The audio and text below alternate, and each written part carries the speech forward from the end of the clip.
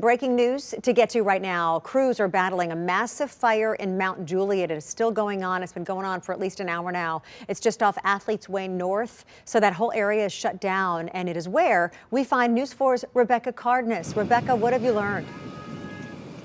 Hey, Tracy, this wind out here that you can see has really presented a challenge for firefighters as they continue to battle this massive warehouse fire. And really, the smoke has dissipated significantly since we got here about 2 hours ago. But again, the wind is really not only what fanned this fire to begin with, but is what made it a challenge to fight it. The fire chief tells us it was started by batteries in a debris pile outside of this warehouse.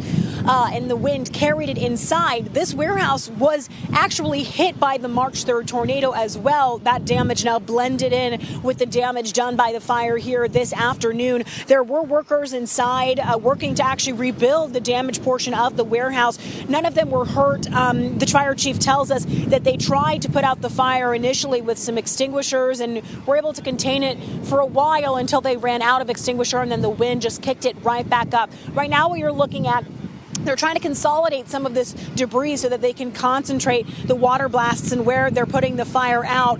Where you can see the water being shot out right there is actually the debris pile this all started in. And again, this area, this warehouse that belongs to Siva Logistics, a logistics firm here in Mount Juliet, was directly in the path of that tornado. If we pan over here, you can still see that tornado damage still very much there, reminding us of the storm that took such a toll on this area just a short 6 weeks ago. We also know that a woman lost her life here at the warehouse that's just behind us that was completely flattened when a wall collapsed on her during that storm. So just so much repeated devastation to this area here. Firefighters almost completely have succeeded in putting this out here. We haven't really seen flames in a while, so they're just really working on controlling it and controlling those hot spots. I'll send it back to you, Tracy. Just so glad nobody's been hurt. Thank you so much. Rebecca Cardenas today.